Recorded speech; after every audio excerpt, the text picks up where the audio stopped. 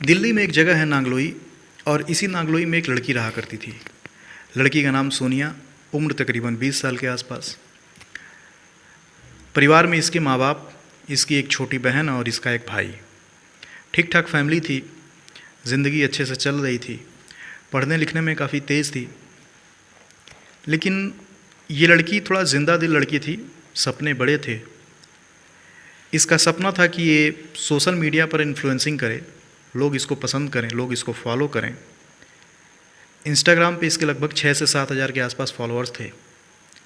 अच्छे खासे इसको व्यूज़ मिलते थे, लाइक्स मिलते थे, तमाम चीज़ें अच्छी चल रही थी। लेकिन अभी कुछ दिन पहले करवा चौथ बीता है। औरतें अपनी पति की लंबी आयु के लिए व्रत करती हैं। करवा चौथ का त्यौहार मनाया जाता है। इसी करवा चौथ के दिन ये लड़की अपने घर से कुछ सामान लेती है, जैसे कि कपड़े और ज्वेलरी, और करवा चौथ के ही दिन ये कहीं गायब हो जाती है। धीरे धीरे वक्त बीतता है। अब माँ बाप जब बहुत ज़्यादा देर हो जाता है तो इसको ढूंढने की कोशिश करते हैं, इसको खोजने की कोशिश करते हैं। जब ये नहीं मिलती है तो आसपास के लोगों से पूछताछ की जाती है, रिश्तेदारों से भी बात की जाती है। हर जगह पूछने के बाद जब माँ बाप को कहीं से इसके बारे में कुछ जानकारी नहीं मिलती है तो परेशान हो जाते हैं। फिर इसकी जो छोटी बहन थी, माँ बाप सोचते हैं कि हो सकता है, चूँकि बहनों में आपस में बड़ा लगाव होता है, प्यार होता है, एक दूसरे के बारे में वो जानती हैं।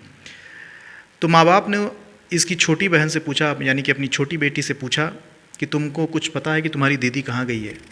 तो इसकी जो छोटी बहन थी वो कहती है कि ये तो नहीं पता है कि वो कहाँ गई है, लेकिन वो किसी भूत से प्यार करती थी, भूत से बात करती थी। अब माँ बाप ने जैसे ही ये बात सुना, उनको कुछ समझ में नहीं आया। उन्होंने कहा, एक तरफ तुम्हारी बहन गायब है और तुमको अभी मजाक सूझ रहा है, भूत से बात करती है, इसका क्या मतलब है। तब इसकी छोटी बहन ने बताया अपने माँ बाप से कि इंस्टाग्राम पे वो किसी लड़के से बात करती थी, और जब भी मैं पूछती थी कि तुम किससे बात करती हो तो कहती थी कि मैं भूत से बात करती हूँ। और अगर आपको नहीं विश्वास है तो मैं इंस्टाग्राम आईडी खोलकर आपको दिखा सकती हूँ। चूँकि दोनों बहनों ने एक दूसरे को फॉलो कर रखा था और एक दूसरे के बारे में तमाम जानकारियाँ थीं इनको, लेकिन इस लड़की को, यानी कि सोनिया की जो छोटी बहन थी, उसको ये नहीं मालूम था कि इसकी जो बहन है, यानी कि जो बड़ी बहन है, वो किससे बात करती है।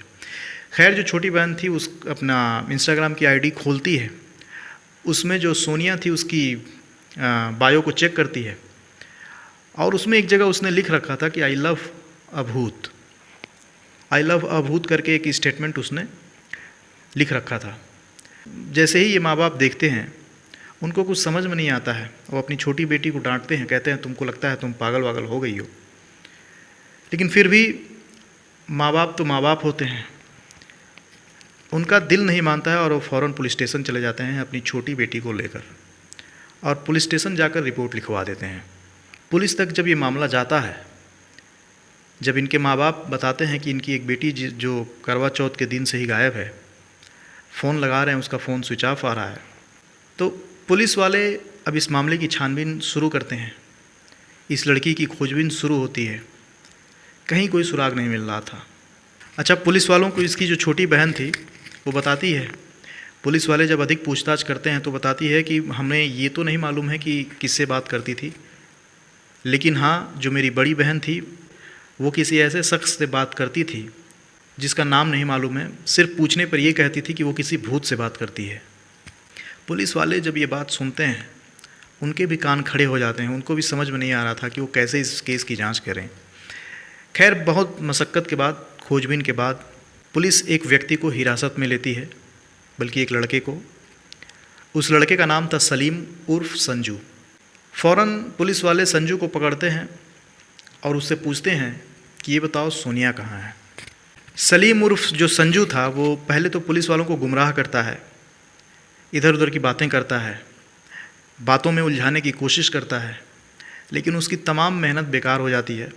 पुलिस वाले जब अपना रूप अख्तियार करते हैं, पुलिसिया अंदाज में जब उससे पूछते हैं, तो फिर वो एक बात बताता है।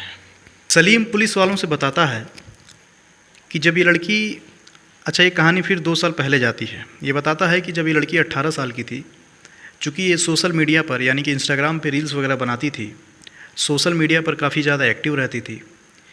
इसी दौरान इसके इंस्टाग्राम अकाउंट पर एक लड़के की रिक्वेस्ट आती है। सोनिया उस लड़के का रिक्वेस्ट एक्सेप्ट कर लेती है, फॉलो बैक दे देती है। सलीम चूँकि इसको रिक्वेस्ट भेजता है संजू के नाम से, सोनिया संजू समझ के इसका रिक्वेस्ट एक्सेप्ट करती है। दोनों में पहले दोस्ती होती है, हेलो हाय होता है। सोनिया पूछती है कि तुम कौन हो, तो ये अपना नाम संजू बताता है कि ये रोहतक का रहने वाला है और इसका नाम संजू है।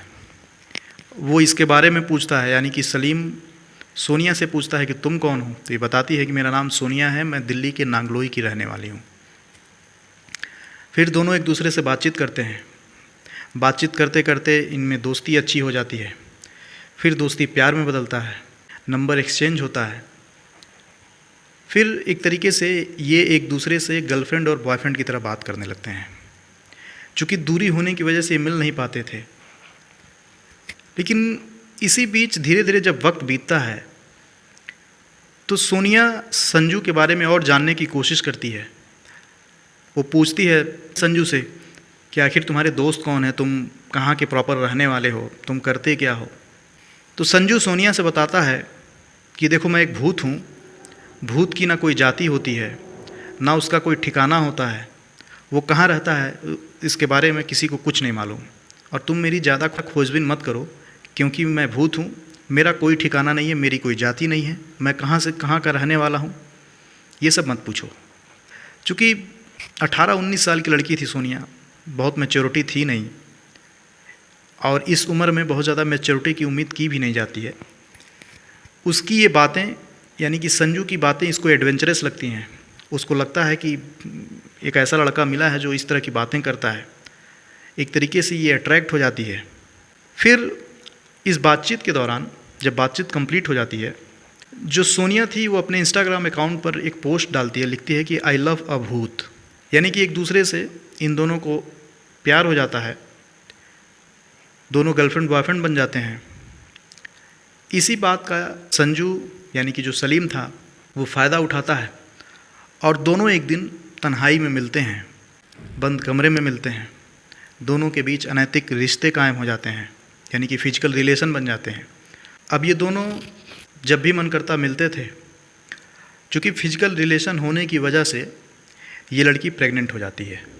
लेकिन एक दिन सोनिया ने इससे पूछा कि तुम बताओ कहाँ के रहने वाले हो। ये बताता है कि ये रोहतक में एक जगह है झज्जर, और ये झज्जर के कथुरा गांव का रहने वाला था। खैर जब ये लड़की प्रेग्नेंट हो जाती है, प्रेग्नेंट होने के बाद अब ये संजू पर दबाव बनाती है कि अब तुम मुझसे शादी कर लो। अब चूँकि संजू ने और सलीम ने इस बात को इतना आगे तक का सोचा ही नहीं था। उसको लगता था कि वो सिर्फ गर्लफ्रेंड तक ही सीमित रहेगी। लेकिन जैसे ही वो प्रेग्नेंट होती है, अब वो इसके ऊपर दबाव बनाने लगती है कि तुम मुझसे शादी कर लो। संजू शादी से बचने लगता है, भागने लगता है। वो शादी नहीं करना चाहता था। बार बार उसके बोलने पर, कहने पर ये उससे एक तरीके से पीछा छुड़ाने की कोशिश करता है। सोनिया को लगता है कि शायद सोनिया में कुछ कमी है, इसी वजह से उसका जो बॉयफ्रेंड है उसको इग्नोर कर रहा है। वो बार बार उसको मनाने की कोशिश करती है, उसके ऊपर एक तरीके से जान छिड़कती है, बहुत ज़्यादा उससे प्यार करती थी। लेकिन अब धीरे धीरे अब ये दबाव का रूप ले लेता है, और जो संजू था उसके मन में अब कुछ और पकने लगता है। जब सोनिया उसको बार बार शादी का दबाव देती है, शादी करने के लिए कहती है, तो कहीं ना कहीं संजू के दिमाग में ये बैठ जाता है कि अगर ये इससे शादी नहीं करेगा, ये फंस जाएगा और कहीं ना कहीं इसके ऊपर लव जिहाद का केस चलेगा। और इसी वजह से संजू अब सोनिया को मारने का फैसला करता है। अब वो ये सोचता है कि कैसे सोनिया को रास्ते से हटाया जाए। अच्छा, इस बीच सोनिया को ये नहीं मालूम था जो संजू बन के जो लड़का इससे बात कर रहा है, सोनिया को भनक तक नहीं लगती है कि वो सलीम है या किसी और धर्म से ताल्लुक़ रखता है। वो सिर्फ ये समझ रही थी कि ये संजू है और इससे आने वाले दिनों में शादी करेगा, और इसी बुनियाद पर, इसी भरोसे पर उसको मनाती थी, उससे बातचीत करने की कोशिश करती थी। लेकिन संजू मन बना चुका था कि सोनिया को रास्ते से हटाना है। जिस दिन करवा चौथ था, यानी कि अभी कुछ दिन पहले जो करवा चौथ बीता है, संजू अपने दो दोस्तों के साथ कार में आता है सोनिया अपने घर से कुछ कपड़े और कुछ ज्वेलरी लेती है, कुछ करवा चौथ का सामान लेती है। खुशी खुशी अपने आशिक के पास जाती है, कार में बैठती है। संजू उसको रोहतक लेकर जाता है और रोहतक में एक जगह है अकबरपुर, वहाँ के मदीना इलाके में संजू का यानी कि सलीम का एक दोस्त रहता था और उस दोस्त को उस मदीना इलाके के बारे में एक एक चीज़ मालूम थी कि कौन सी जगह सुनसान है या कहाँ सोनिया को मारकर उसको उसके लाश को ठिकाने लगाया जा सकता है। अच्छा, संजू के साथ इसके जो दो दोस्त थे, यानी कि एक जो मदीना का रहने वाला था, एक इसका और दोस्त था, ये तीनों मिलकर मदीना इलाके में एक बाजरे के खेत के पास ले जाते हैं। संजू उसका कत्ल करता है, यानी कि सोनिया का कत्ल करता है। कत्ल करने के बाद बाजरे के खेत में सोनिया की लाश को उसी खेत में दफना देता है। दफनाने के बाद ये मिट्टी भरते हैं, एक तरीके से उस मिट्टी को समतल करते हैं और वहाँ से ये तीनों फरार हो जाते हैं। जैसे ही पुलिस वालों ने ये बात सुनी, पुलिस की एक टीम फ़ौरन उस मदीना इलाके में जाती है, उस खेत में जाती है जो बाजरे का खेत था। उस खेत से फिर उस लाश को निकाला जाता है। निकालने के बाद लाश को पोस्टमार्टम के लिए भेजा जाता है। अच्छा, सोनिया इस बीच अक्टूबर माह तक 7 महीने की प्रेग्नेंट भी हो गई थी। सोनिया का जब पोस्टमार्टम रिपोर्ट आता है तो उसमें खुलासा होता है कि सोनिया 7 महीने की प्रेग्नेंट थी और इसी प्रेग्नेंट होने की वजह से वो संजू पर यानी कि सलीम पर दबाव बनाती है। संजू जब देखता है कि उस पर दबाव बन रहा है, सोनिया बार बार उसके ऊपर दबाव बना रही है और उसको इस बात का डर सता रहा था कि कहीं ना कहीं वो लव जिहाद के केस में पकड़ा जाएगा, पुलिस उसको पकड़ लेगी, तो क्यों ना सोनिया को बीच से हटा दिया जाए। और इसी वजह से संजू ने यानी कि सलीम ने सोनिया का कत्ल किया। ना सिर्फ कत्ल किया बल्कि उसके लाश को बाजरे के खेत में ले जाकर दफनाता है। दफनाने के बाद ये तीनों अपने अपने रास्ते अपने यानी कि अपने अपने घर चले जाते हैं। खैर, पुलिस वालों तक जब ये बात पहुंचती है, पुलिस लाश को ढूंढती है, निकालती है, पोस्टमार्टम के लिए भेजा जाता है और जो संजू है पुलिस वालों के कब्जे में है। आगे की जो कार्रवाई है वो चल रही है। चूँकि ये मामला लव जिहाद का होता देख हर जगह हो हल्ला शुरू हो जाता है, लेकिन हैरानी की बात ये थी कि सोनिया को संजू के बारे में ये जानकारी थी ही नहीं कि वो इतने दिन से उसको संजू बनकर बात कर रहा है, भूत बनकर बात कर रहा है, लेकिन दरअसल उसका नाम सलीम है। चूँकि वो किसी विशेष समुदाय से ताल्लुक़ रखता था। प्यार करना कोई गुनाह नहीं है, लेकिन एक दूसरे के बारे में जानकारी रखना, कौन क्या है, हम किससे बात कर रहे हैं, बड़ा ज़रूरी है। ख़ास करके लड़कियों के लिए।